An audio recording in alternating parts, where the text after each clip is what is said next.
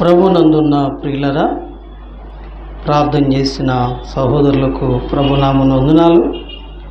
ఈ సమయంలో దేవుని వాక్యంలో నుంచి కొన్ని మాటలు, కొద్ది నిమిషాలు జ్ఞాపకం చేసుకుందాం. కీర్తనల గ్రంథం 147వ కీర్తన. కీర్తనల గ్రంథం 147వ కీర్తన 5 నుండి 7 వచనాలు చదువుకుందాం. కీర్తనల గ్రంథం 147వ కీర్తన 5 నుండి 7 వచనాలు చదువుకుందాం. మన ప్రభువు గొప్పవాడు, ఆయన అధిక శక్తి గలవాడు, ఆయన జ్ఞానమునకు మితి లేదు. యెహోవా దీనులను లేవనెత్తువాడు, భక్తిహీనులను ఆయన నేలను కూల్చును. కృతజ్ఞతాస్తుతులతో యెహోవాను కీర్తించుడి, సితారాతో మన దేవుని కీర్తించుడి. చదవబడిన ఈ లేఖన భాగమును దేవుడు మన కొరకై ఆశీర్వదించునుగాక. దేవుని యొక్క వాక్యంలో నుండి మనం చదువుకున్న ఈ భాగాన్ని గమనించండి. ప్రభువు గొప్పవాడు, ఆయన అధిక శక్తి గలవాడు. చూడండి, ఆయన ఎందుకు గొప్పవాడు, ఆయన ఎందుకు శక్తి గలవాడు, ఆయన జ్ఞానము మితిలేది. ఎందుకని అంటే, ఒకటి, యెహోవా దీనులను లేవనెత్తువాడు. ఒకే ఒక మాట, ఒక లైన్ ఇక్కడ మనం చదువుతున్నాం. యెహోవా దీనులను లేవనెత్తువాడు, దీనులను లేవనెత్తువాడు. దీనులు ప్రియులారా, దీనులు అంటే ఎవరు? మరొక మాట కూడా చదువుకుందాం. కీర్తనల గ్రంథం 113వ అధ్యాయము. చూడండి, కీర్తనల గ్రంథం 113వ అధ్యాయము 113లో కీర్తనాకారుడు ఇలా మాట్లాడుతూ ఉన్నాడు. చూడండి, 8వ వచనం. ఆయన నేల నుండి దరిద్రులను లేవనెత్తువాడు, పెంట కుప్ప మీద నుండి బీదలను పైకెత్తువాడు. ఆయన నేల నుండి దరిద్రులను లేవనెత్తేవాడట, పెంట కుప్ప మీద నుండి బీదలను పైకెత్తేవాడట. ప్రియులరా, దీనులు, దరిద్రులు, బీదలు, ఈ మాట గమనిస్తున్నారా? దేవుని వాక్య ప్రకారం ఎవరి దీనులు, ఎవరి దరిద్రులు, ఎవరి బీదలు అనే మాటలు కనుక మనం గమనించుకుంటూ ఉంటే, దేవుడు లేనివాడు, దేవుని వాగ్దానము లేని ప్రజలుగా మనం చూస్తాం. ఈ మాటలు మనకు వివరంగా అర్థం కావడానికి ఈరోజు మనం ఒక చిన్న సన్నివేశాన్ని జ్ఞాపకము చేసుకుందాం. మనం ఒక చిన్న సన్నివేశాన్ని జ్ఞాపకము చేసుకుందాం. దయచేసి చూడండి, మత్తయి రాసిన సువార్త 15వ అధ్యాయము. మత్తయి రాసిన సువార్త 15వ అధ్యాయము. 15వ అధ్యాయంలో 24వ వాక్యం నుండి మనం చదువుకుంటూ వెళదాం. 15వ అధ్యాయము 24వ వాక్యం నుండి మనం చదువుకుంటూ వెళదాం. చదవండి. యేసు అక్కడ నుండి బయలుదేరి తూరు సీదోనుల ప్రాంతములకు వెళ్ళగా, ఇదిగో ఆ ప్రాంతముల నుండి కనాను స్త్రీ ఒకతి వచ్చి, ప్రభువా, దావీదు కుమారుడా, నన్ను కరుణింపుము, నా కుమార్తె దయ్యము పట్టి బహు బాధపడుచున్నదని కేకలు వేసెను. వినరా? ఇక్కడ కనాను స్త్రీ ఎవరిమే? తూరు సీదోనుల ప్రాంతాలలో ఉండే కనాను స్త్రీ అని ఇక్కడ మనం చదువుతున్నాం. ఈమె ఇంకా తూరు సీదోనులు అంటే ఇశ్రాయేలీయులు కారు, అన్యులు అని మనకు అర్థమవుతుంది. మరొక మాట కూడా విందాం. మార్కు రాసిన సువార్త 7వ అధ్యాయము. ప్రియులరా, మార్కు రాసిన సువార్త 7వ అధ్యాయము 25వ వచనం. అపవిత్రాత్మ పట్టిన చిన్న కుమార్తె గల ఒక స్త్రీ ఆయనను గూర్చి విని వెంటనే వచ్చి ఆయన పాదముల మీద పడిను. ఆ స్త్రీ సురేఫెనికయ వంశమునందు పుట్టిన గ్రీసు దేశస్తురాలు. వినండి, ఇక్కడ తూరు సీదోనుల ప్రాంతము నుండి వచ్చింది. అక్కడేమో ఏం చెప్తున్నారండి? గ్రీసు దేశస్తురాలు. గ్రీసు దేశస్తురాలు అంటే ఈమె ఇశ్రాయేలీరాలు కాదు, ఈమె ఒక అన్యురాలు. అటువంటి కనాను స్త్రీ మొట్టమొదట ఏం చేసిందండి? ప్రభువుకు ప్రార్థన చేసింది. ప్రభువుకు ప్రార్థన చేసింది. ఏమని ప్రార్థన చేసింది? ప్రభువా, దావీదు కుమారుడా, నన్ను కరుణింపుమని నా కుమార్తె దయ్యము ముట్టి బహు బాధపడుచున్నదని కేకలు వేసింది. విన్నరా? నిజమే. ఎవరికి ప్రార్థన చేయాలి? ప్రార్థన వినేవానికి. కీర్తన గ్రంథంలో ఉంది, ప్రార్థన ఆలకించువాడ జనులు నీ యొద్దకు వచ్చెదరు అని చదువుతున్నాం. కాబట్టి ఆయన ప్రార్థన ఆలకించువాడు, ప్రార్థనలకు జవాబిచ్చువాడు ఎవరండి? ప్రభువే. రెండవది, ఎవరికి ప్రార్థించాలి అంటే దేవునికి ప్రార్థించాలి, మనుషులకు కాదు. మరొక స్త్రీని చూద్దాం. పరిశుద్ధ గ్రంథంలో నుండి లూకా రాసిన సువార్త చూడండి. లూకా రాసిన సువార్తలో ఒక స్త్రీని మనం చూస్తాం. చూడండి, లూకా రాసిన సువార్త 11వ అధ్యాయము. లూకా రాసిన సువార్త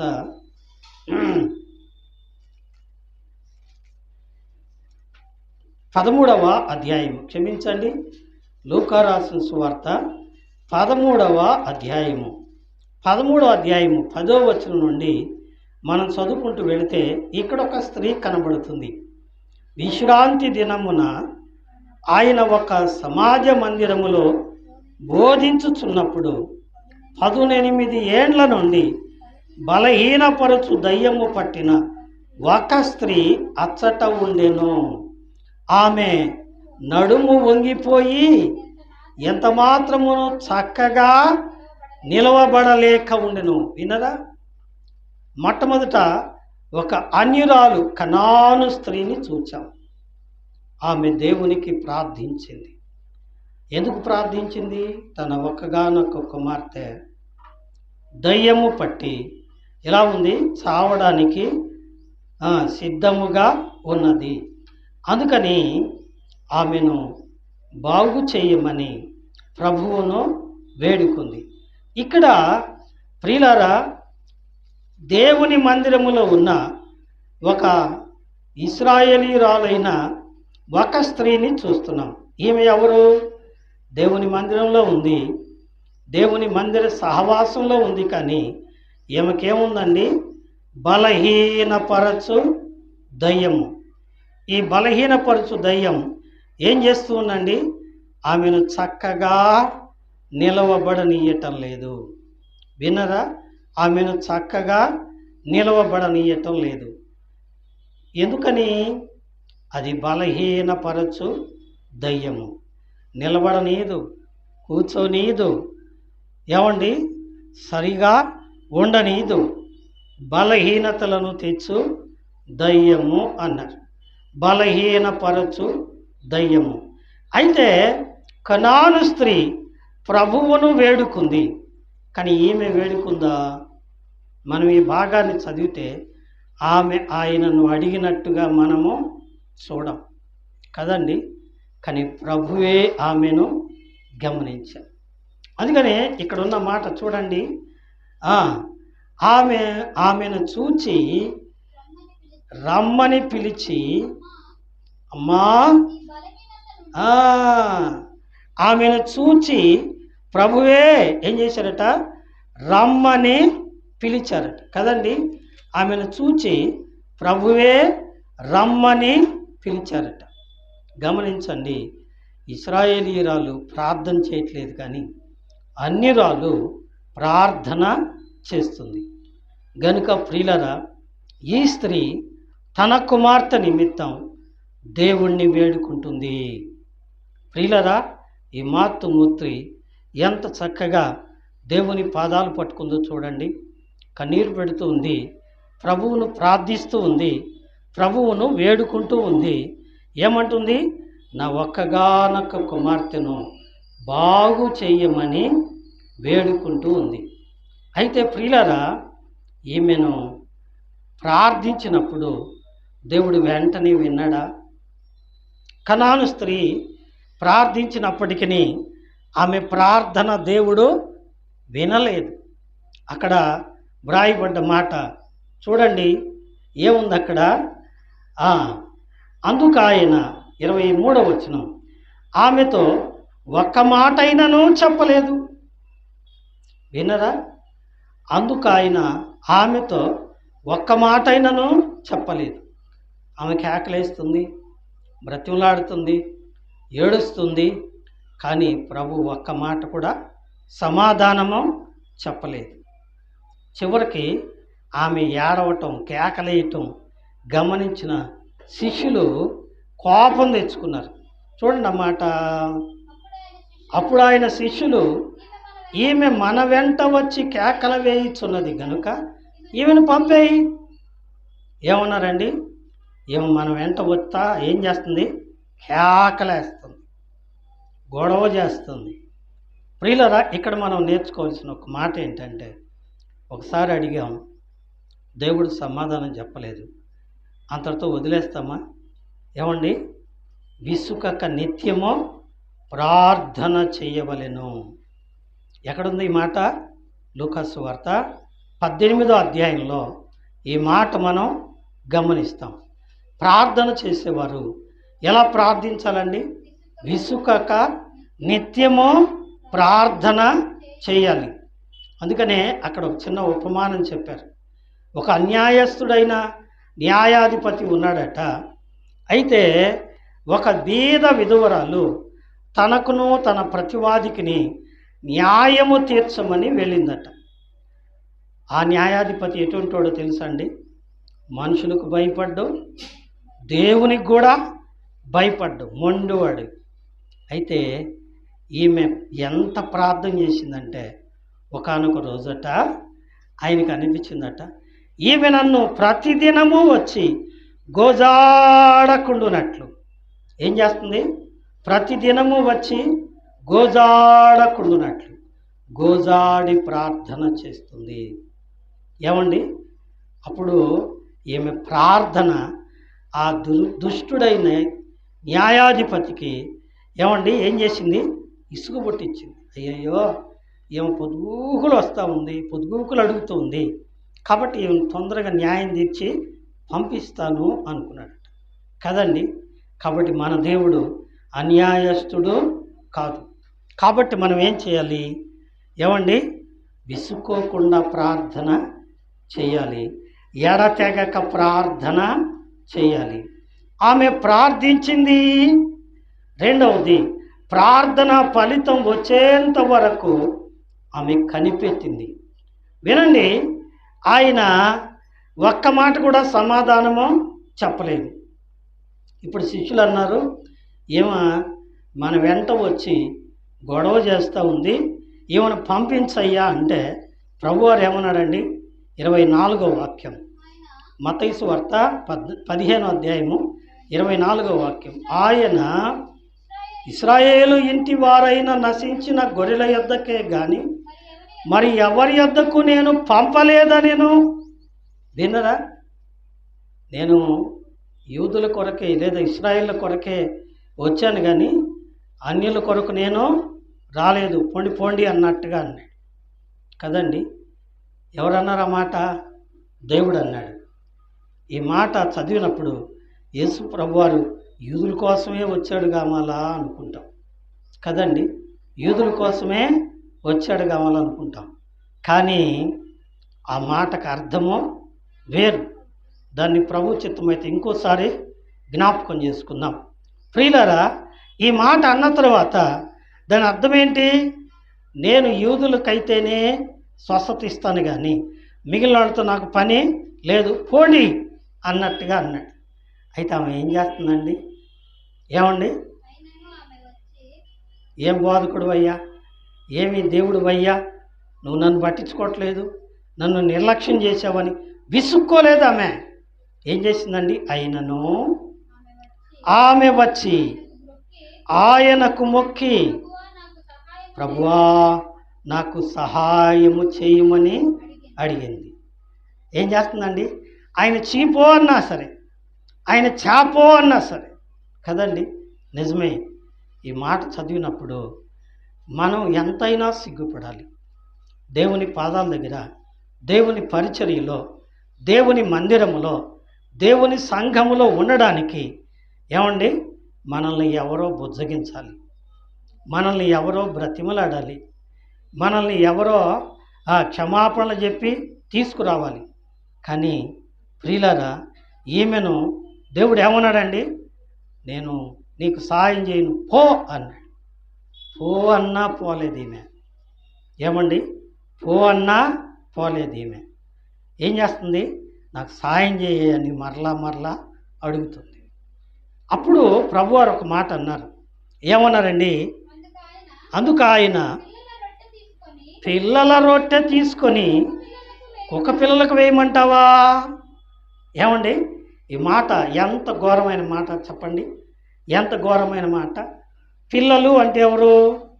దేవుని పిల్లలైన ఇశ్రాయేలీలు. రొట్టె అంటే యేసు ప్రభువారు. యేసు ప్రభువారు తానే చెప్పారు, నేను ఇది నా శరీరము అని రొట్టె పట్టుకొని చెప్పారు.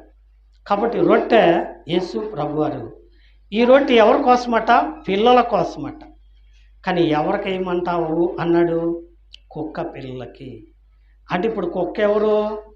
ఆ స్త్రీ. ఏమండి? ఆ స్త్రీని ప్రభువారు ఏమన్నారండి? కుక్క పిల్లవు అన్నాడు. ఏమండి? మనం ప్రియులారా, మనల్ని అధిక స్థానంలో కూర్చోబెట్టకపోతే, మనల్ని గౌరవించకపోతే ఎంత ఇసుక్కుంటామో. కానీ ఈమె ఎంత చిదరించినా, ఎంత విలువ లేకుండా మాట్లాడినా ప్రభు పాదాలను విడిచిపెట్టలేదు. ప్రియులారా, మన భక్తి ఏ పాటిది? మన భక్తి ఏ పాటిది? ఆమె అంటుంది, పిల్లల రొట్టెను కుక్క పిల్లలకు వేయమంటావా అంటే ఆమె ఏమంటుంది? చదువమ్మా మాట. నిజమే ప్రభువా, కుక్క పిల్లలు కూడా తమ యజమానుల బల్ల మీద నుండి పడు మొక్కలు తినును కదా. ఏమండి? ఏమంటుంది? అయ్యా, బల్ల మీద రాలిపోయే మొక్కలైనా తింటా. నిజమే ప్రియులరా. ఇటువంటి వాడు ఎవరైనా ఉన్నారా పరిశుద్ధ గ్రంథంలో? యజమానుడి బల్ల మీద నుండి పడు రొట్టెలను ఏరుకునేవాడు ఎవరైనా ఉన్నారా? మీకు జ్ఞాపకం ఉందా? ఎవరు చెప్పండి? కుష్టి వ్యాధి గల లాజరు. లాజరు ఎక్కడున్నాడు? యజమానుడు అనగా ధనవంతుని బల్ల మీద నుండి రాలిపడు రొట్టె ముక్కలను ఏరుకొని తినేవాడట.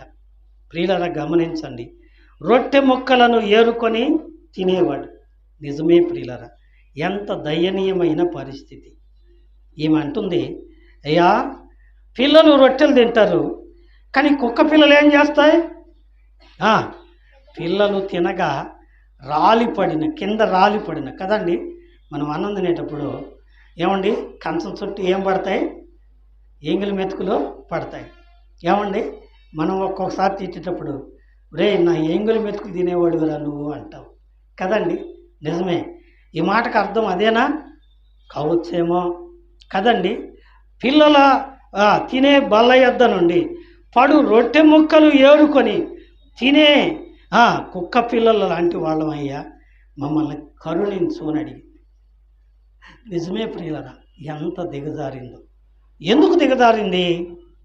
ఇక్కడ ఒక మాట మనం గమనించాలి. ఈమె ఎందుకు దిగజారింది? ఈమెకు రోషం లేదా? ఏమండి, రోషం లేని మనిషి ఈమె కాదు కదా. మరి ఎందుకు దిగజారింది? తన బిడ్డ కోసం. ఏమండి, తన బిడ్డ కోసం, తన బిడ్డను బాగు చేసుకోవటం కోసం. తన బిడ్డకి ఏమైందంట? దయ్యమో పట్టింది. ఆ దయ్యము ఆ బిడ్డను చంపేట్టుగా ఉంది. అందుకని ఆ దయ్యాన్ని వదలగొట్టమని ప్రభువు దగ్గర బతిమలాడుతుంది. ఎంతవరకు బతిమలాడుతుందంటే, నేను చేయను పో అన్న బతిమలాడుతుంది. నేను నీ కోసం రాలేదు పో అన్న బతిమలాడుతుంది. కుక్క పిల్లలు లాంటి మీకు నేను రొట్టెలు వేయను పో అన్నా కానీ బతిమలాడుతుంది. నిజమే ప్రియులారా, ఆ స్త్రీ కంటే మనం ఎంతైనా తీసివేయబడిన వారం. కానీ మనం ప్రభు పాదాల దగ్గర కనిపెట్టుకొని ఉంటున్నామా? నిజమే ప్రియులారా. కొంతమంది అనుకుంటారు నన్ను గురించి, వాడికి అసలు సిగ్గే లేదురా, వాడు లజ్జలేనోడురా, ఎన్నన్నా వాడు అది వదిలిపెట్టుకోడురా, ఎన్నన్నా ఆ పని మానుకోడురా, లజ్జలేనోడురా అనుకుంటారు. కానీ ఎందుకు నేను ఇక్కడ కనిపెట్టుకొని ఉన్నానండి? నా ప్రభు కోసం. చెప్పండి, ఎందుకోసం? నా దేవుని కోసం. ఎందుకు అంటే ప్రియ స్నేహితులారా, ఎందుకండి? నా కోసం నా ప్రభు తను తాను ఈ లోకంలో బలి చేసుకున్నాడు. ఏమండి, ఇప్పుడు చదవండి యెషయా గ్రంథం 53వ అధ్యాయం. యెషయా గ్రంథం 53వ అధ్యాయం 4వ వచనం నుండి మనం విందాం. నిశ్చయముగా అతడు మన రోగములను భరించెను, మన వ్యసనములను వహించెను, అయినను మొత్తబడిన వాడుగాను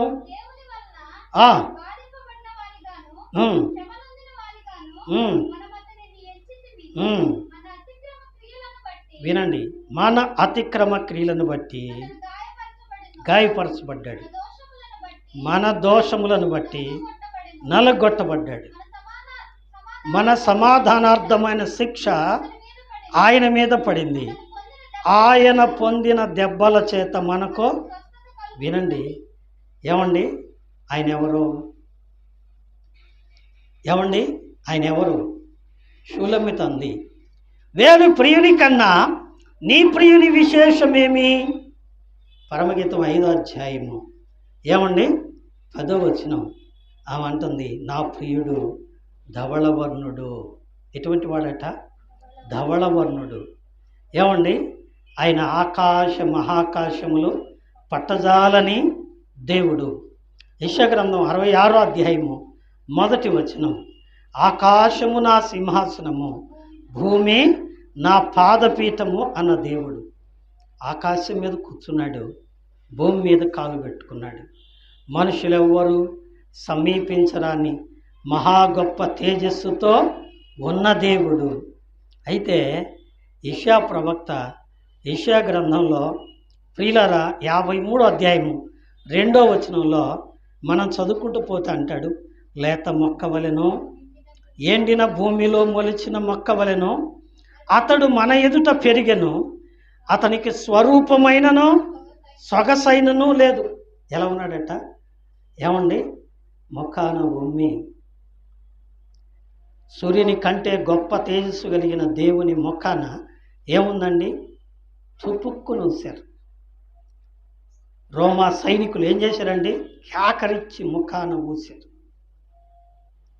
మిమ్మల్ని కాల్చి పారేస్తా అన్నాడండి? అనలేదు. తల దించుకున్నాడు, తల వంచుకున్నాడు.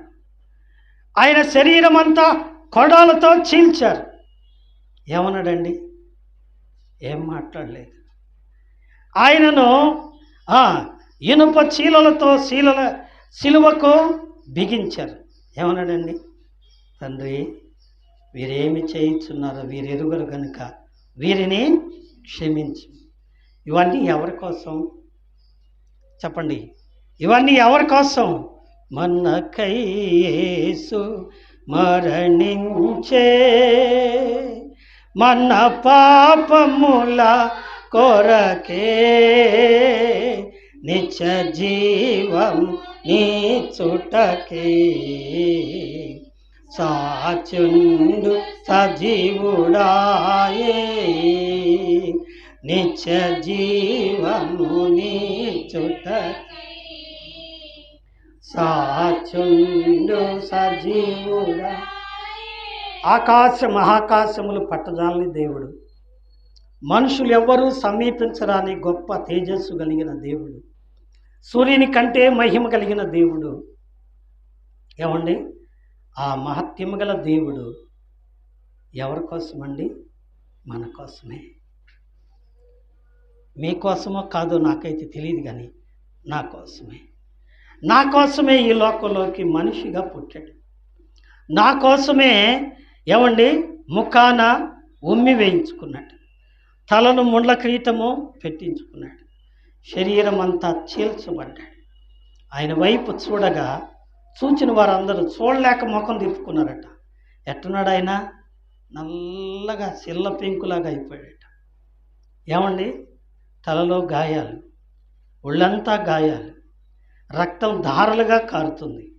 మిట్ట మధ్యాహ్నం ఎర్రని ఎండ, ఆ ఎండకు రక్తము ఎండి శరీరం అంతా ఎలా మారిపోయిందండి? నల్లగా మారిపోయింది. ఆయన 2 చేతులు చాపి అన్నాడు, ఇది మీ కొరకైనా నా రక్తం, మీ పాప క్షమాపణ కొరకై చిందించబడుచున్న నిబంధన రక్తము అని చెప్పాడు. అందుకని ఆయన నా కోసం, ఏమండి నా కోసం తను తాను రిక్తునిగా చేసుకున్నాడు, దరిద్రుడిగా చేసుకున్నాడు. ఏమండి స్వరూపము సొగసు లేనివాడుగా చేసుకున్నాడు. గనుక ఏమండి సిగ్గుతో నాకు పని లేదు, లజ్జతో నాకు పని లేదు. బ్రతికున్నంత కాలం ప్రభు పాదాలు నేను విడిచిపెట్టాను. నిజమే ప్రియులరా, నిజమే ప్రియులరా. ఎందుకు ఆమె అలా ఆయన్ని బతిలాడుతుందంటే, ఆయన తప్ప మరెవరు తన కుమార్తెను బాగు చేయలేరు. విన్నరా? ఆయన తప్ప మరెవ్వరు. అందుకని మనం ఇందాక కీర్తనల గ్రంథంలో చదివా 147వ కీర్తనలో, ఆయన దీనులను లేవనెత్తువాడు, ఆయన దరిద్రులను పెంట కోపమైన నుండి లేవనెత్తువాడు, బీదలను నేల నుండి లేవనెత్తువాడు. శక్తిమంతుడు ఆయనే, ఆయనే సర్వశక్తి కలిగిన దేవుడు. అందుకే ఆమె బ్రతులాడుతుంది, ఏడుస్తుంది, కన్నీరు పెడుతుంది. చీ అన్నా పోలేదు, పో అన్నా పోలేదు, ఎంత ఈసడించుకున్నా పోలేదు. కడమ ఆయన ఏమంటున్నాడు చూశారండి? నిజమే, మనల్ని ఈ మాట అనగలడా? చదవండి ఆ మాట. మత్తయి సువార్త 15వ అధ్యాయము, మత్తయి సువార్త 15వ అధ్యాయం 27, 28 వచనాలు విందాం. ఆమె నిజమే ప్రభువా, కుక్క పిల్లలు కూడా యజమానుల బల్ల మీద నుండి పడు రొట్టె ముక్కలు తినును కదా అని చెప్పెను. అందుకు యేసు, అమ్మా, ప్రైజ్ ది లార్డ్, దేవుని నామానికి స్తోత్రం. ఎటువంటిదట? గొప్ప విశ్వాసం. ఏమండి, పరీక్షకు నిలిచిన విశ్వాసం. ప్రభు ఆమెను చేదరించుకుంది. ఎందుకండి? ఆయన పరీక్షించి మనకు పాఠము నేర్పాలని. ప్రభు ఆమెను లేదు పో అంది. ఎందుకంటే ఆమెను పరీక్షించి మనకు పాఠము నేర్పాలని. మన మాట పక్కన వాళ్ళు వినకపోతే ఎంత కోపమో, భార్య మాట వినకపోతే భార్యకి ఎంత కోపం వస్తుందో కదండి. నిజమే ప్రియులారా, దేవుడు మన మాట వినాలా? మనం చెప్పినట్టే చేయాలా? మనం అడిగిన వెంటనే చేయాలా? కాదు కదా. ఎందుకంటే ఆయన దేవుడు, ఆయన శక్తిమంతుడు. అయితే ఆమె పట్టు వదలక ఏం చేసిందండి? ఆయనను బతిమలాడింది. అచంచలమైన విశ్వాసంతో ఆయన పాదాల దగ్గర కూర్చుంది, ప్రతిఫలాన్ని పొందింది. ఏమండి? ప్రతిఫలాన్ని పొందింది. ఎందుకోసం? మరలా చెప్తున్నా, ఎందుకోసం చెప్పండి? తన కుమార్తె కోసం. దేవుని బిడ్డలారా, తన కుమార్తె కోసం. దేవుని వాక్యంలో హెబ్రీయులకు రాసిన పత్రిక 5వ అధ్యాయము 5వ వచనాన్ని చదవండి. హెబ్రీయులకు రాసిన పత్రిక 5వ అధ్యాయము 5వ వచనం.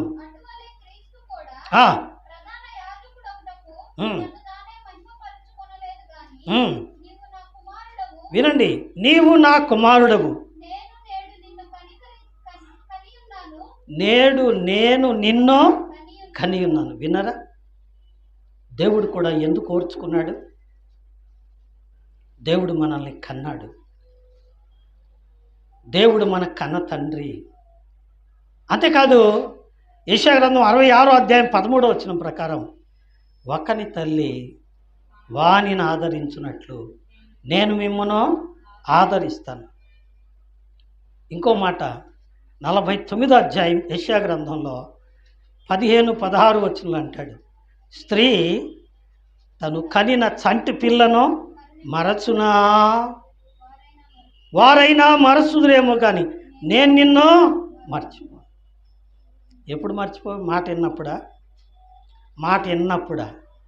ఏమండి? ఏమండి? పిల్లోడు ఒళ్ళో సక్రంగా పడుకొని పాలు తాగుతుంటే ఏం చేస్తావు చెప్పండి? మా అబ్బాయే అంటాం. ఒకవేళ వాడు జారాడు అనుకోండి, ఏమండి? తిడతారా లేదా? కోప్పడతారా లేదా? సహజం అది. కానీ మనం ఎంత మూర్ఖంగా ప్రవర్తించినా, మనము దేవునికి వ్యతిరేకంగా ఎంత ప్రవర్తించినా ఆయన మనల్ని ప్రేమిస్తూనే ఉన్నాడు. అందుకని ప్రకటన గ్రంథం 1వ అధ్యాయము 6వ వాక్యంలో అంటాడు, ఆయన మనలను ప్రేమించుచు. ఏమండి? ఏమండి? ఇది భవిష్యత్తుని గురించి మాట. వర్తమానం నుండి భవిష్యత్తు వరకు కదండి, భూత వర్తమాన భవిష్యత్ కాలాల మాట. ప్రేమించాడు, ప్రేమిస్తున్నాడు, ప్రేమిస్తూనే ఉన్నాడు. ఎప్పుడో ఆయనకి ఇష్టమైనప్పుడు ప్రేమిస్తారు. ఆయనకి వ్యతిరేకం చేస్తే ప్రేమిస్తాడా? ప్రేమిస్తాడు. అదే యేసయ్య ప్రేమ. దాన్ని ఏమంటారండి? అగాపే ప్రేమ. ప్రేమ అంటే ఏంటి చెప్పండి? ప్రేమ అంటే ఏంటి? వాక్యం చదువుదాం. 1 యోహాను పత్రిక 3వ అధ్యాయము 16వ వచనం. 1 యోహాను పత్రిక 3వ అధ్యాయము 16వ వచనం. ఆయన మన నిమిత్తము తన ప్రాణం పెట్టిన గనక ప్రేమ ఎట్టిదని. వినరా? ప్రేమ అంటే ఏంటి? ఏమండి? ప్రేమ అంటే ఏంటి? నేను నిన్ను ప్రేమిస్తున్నాను అని పురుషుడు అనగానే మెలకలు తిరిగిపోయింది స్త్రీ. నేను నిన్ను ప్రేమిస్తున్నాను అని స్త్రీ అనగానే పడిపోతాడు పురుషుడు. ఎంతవరకు ప్రేమిస్తాడు? ఆకర్షణ తగ్గే వరకు కదండి. ప్రేమ ఉంటుందా? అంతా అబద్ధం కదండి. కలిసే ఉంటారు, బతికినంతకాలం కలిసే ఉంటారు. కానీ ఏమండి, లోపల మాత్రం ఏముండదు చెప్పండి? ఏమండి? ముసలి ముఖం అయిపోయింది, నల్లంగా పోయింది, గవదలు జారిపోయినాయి. ఏమండి? అనిపించిద్దా? అనిపించదా? నిజమే అండి. ఏమండి? ఇది మానవ ప్రేమ. కానీ క్రీస్తు ప్రేమ ఏమండి? అది విడువదు, ఎన్నడూ ఎడబాయదు. ఏమండి? విడువదు, ఎన్నడను ఎడబాయదు. అందుకే ఒక్క మాట చెప్తున్నాడు రోమపత్రిక 5వ అధ్యాయం 8వ వచనం, మనం ఇంకనూ పాపులమై ఉండగానే క్రీస్తు మనలను ప్రేమించాడు. ఈ పూట వాక్యం వింటున్న స్నేహితుడు సోదరి, ఆయన ప్రేమ ఎంత గొప్పది. అందుకే తను కన్న బిడ్డ కోసం ఆ తల్లి ఆయన్ని కాళ్ళ దగ్గర బతిమలాడుతుంది. ఏమంటుంది? నేను కుక్కనే, నా బిడ్డ కుక్క పిల్లే. కుక్క పిల్ల ఆ ఎంగిలి మెతుకులు అనగా బల్ల మీద నుంచి పడు రొట్టెలైనా తినటానికి పనికొస్తాం కదయ్యా, కనికరించయ్యా. ఏమండి? అంత దిగజారిన ఆమెను ఏమన్నాడు చెప్పండి ఆయన? అమ్మా, నీ విశ్వాసము గొప్పది. నీవు కోరినట్లు నీకు జరుగునుగాక. ఏమండి? నీవు కోరినట్లు నీకు అవునుగాక. ఎంత గొప్ప మాట అండి. మెచ్చుకున్నాడా? సరిపో అన్నాడు. ఏమండి? ఏమండి? ఇంటికి వచ్చి ఊరక అడుక్కునేవాడు అయ్యా అయ్యా అయ్యా అయ్యా అంటున్నాం అనుకో, ఏమంటాం? పో అని ఏదో ₹1 కాసో ₹10 కాసు వేసి విదిలిస్తాం కదండి. ఎంగిల్ చేయి ఎదిరించిన వాళ్ళు కూడా చాలామంది ఉంటారు. అవును ప్రియులరా. కానీ ఏమండి? ఆయన చీపో అనలేదు, పరీక్షించాడు. పరీక్షించి మన విశ్వాసాన్ని కొలిచాడు. ఎలా కొలిచాడండి? అమ్మా, నీ విశ్వాసము గొప్పది. ఎందుకని గొప్పది? పరీక్షకు నిలిచింది. వినరా? పరీక్షకు నిలిచింది.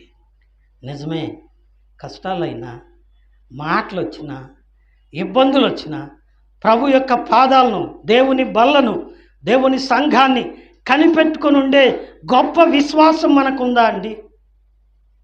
ఆ స్త్రీ ఆయన పాదాల దగ్గర కూర్చుంది. పొందుకుందా? నిరాశపడిందా? పొందుకుంది.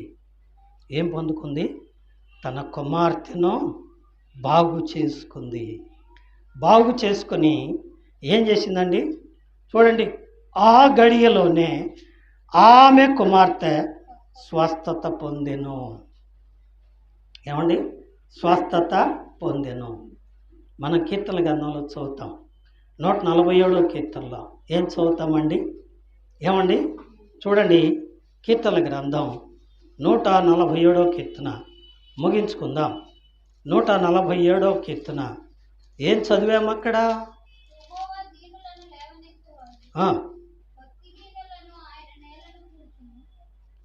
యెహోవా దీనులను లేవనెత్తువాడు, భక్తిహీనులు ఆయన నెలకూల్చును. కృతజ్ఞతాస్తుతులతో యెహోవాను కీర్తించుడి. సితారతో. ఎందుకు? నేను ప్రార్థించాను, నా ప్రార్థనకు ఆయన జవాబు ఇచ్చాడు, నా బిడ్డను బాగు చేశాడు. నిజమే ప్రియులారా, నా జీవితంలో ఉన్న నిరీక్షణ ఇదే. నన్ను ఎంతోమంది చీదరించుకున్నారు, ఎంతోమంది అన్నారు. ఏమండి? ఎంతోమంది వీడు ఎందుకు పనికిరాడు రా అని కూడా అన్నారు. ఈవెన్ ప్రియులరా, దైవ సేవకులు కూడా అన్నారు. ఏమండి? కొంతమంది సేవకులు వెళ్ళి, ఏందయ్యా ఇన్ని సంవత్సరాల నుంచి వాడు కనిపెట్టుకొని ఉంటే, సేవ చేస్తా, సేవలోనే తిరుగుతూ ఉంటే అంటే, వాడు ఎందుకు పనికి వస్తాడు రా అన్నాడు ఒక పెద్ద ఆయన. నిజమే ప్రియులరా, మనుషులు నన్ను వదిలేశారు కానీ దేవుడు నన్ను చెప్పండి వదిలిపెట్టలేదు. దేవుని పాదాలు నేను వదిలిపెట్టలేదు. ఎందుకంటే ప్రభువు నా కొరకు ప్రాణము ఇచ్చాడు, నా బ్రతుకును బాగు చేశాడు. ఇప్పుడు వాక్యం వింటున్న నీవు, విశ్వాసము గొప్పది. విశ్వాసము గొప్పది. యేసయ్య త్యాగము గొప్పది. ఎంత గొప్పదండి! ఆయన దేవుడై ఉండి దేవునితో కూడా సమానమైన భాగ్యమని ఎంచుకోలేదు, కానీ దాసుని స్వరూపము ధరించి తన్ను తానే రిక్తునిగా చేసుకొని శిలువ మరణము పొందినంతగా తన్ను తాను ఏం చేశాడట? తగ్గించుకున్నాడట, బలైపోయాడట, ప్రాణం పెట్టాడు. ఎవరి కోసం? నా కోసం. మీకోసమో లేదో మీ గుండె మీద చేసుకోండి. అలాగైతే ఆయన కోసం ఎంత ఓర్చుకుంటున్నాం, ఎంత ప్రేమ కలిగి ఉన్నాం, ఎంత కనిపెట్టుకొని ఉంటున్నాం. ఆయన మన కోసం తన గొప్పతనాన్ని తగ్గించుకున్నాడు. కొరింథీ పత్రికలో మనం చదువుతాం, ఆయన ధనవంతుడై ఉండి ఏమండి తన దారిద్ర్యం వల్ల మనల్ని ధనవంతులుగా చేయాలని ఆయన దరిద్రుడాయను. మన కోసం దరిద్రుడైపోయాడు, స్వరూపాన్ని కోల్పోయాడు, ప్రాణాన్ని ధారపోసాడు. ఇంత గొప్ప ప్రేమ ఎక్కడైనా చూడగలమా? భార్యాభర్తల మధ్య కానీ, తల్లి బిడ్డల మధ్య కానీ, తండ్రి బిడ్డల మధ్య కానీ, స్నేహితుల మధ్య కానీ ఎక్కడైనా చూడగలమా? కదండి. అదే దేవుని ప్రేమ, అగాపే ప్రేమ, గొప్ప ప్రేమ, మరెక్కడా దొరకని అద్భుతమైన ప్రేమ.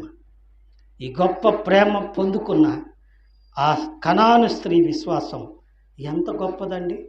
పొందుకునేంత వరకు, జవాబు పొందుకునేంత వరకు కనిపెట్టుకుంది. ఈ పూట వాక్యం వింటున్న ప్రియ స్నేహితుడా, సోదరి, నీ కొరకు సిలువలో ప్రభువు చేసిన ఆ గొప్ప త్యాగాన్ని జ్ఞాపకం చేసుకొని కనాను స్త్రీ వలె గొప్ప విశ్వాసం కలిగి ఆయన్ని ఆరాధించాలని మనవి చేస్తూ మాటలు ముగిస్తున్నాను. దేవుడు ఆరాధనలో మనల్ని చక్కగా నడిపించునుగాక. ఆమేన్, ఆమేన్. ఆరాధనకు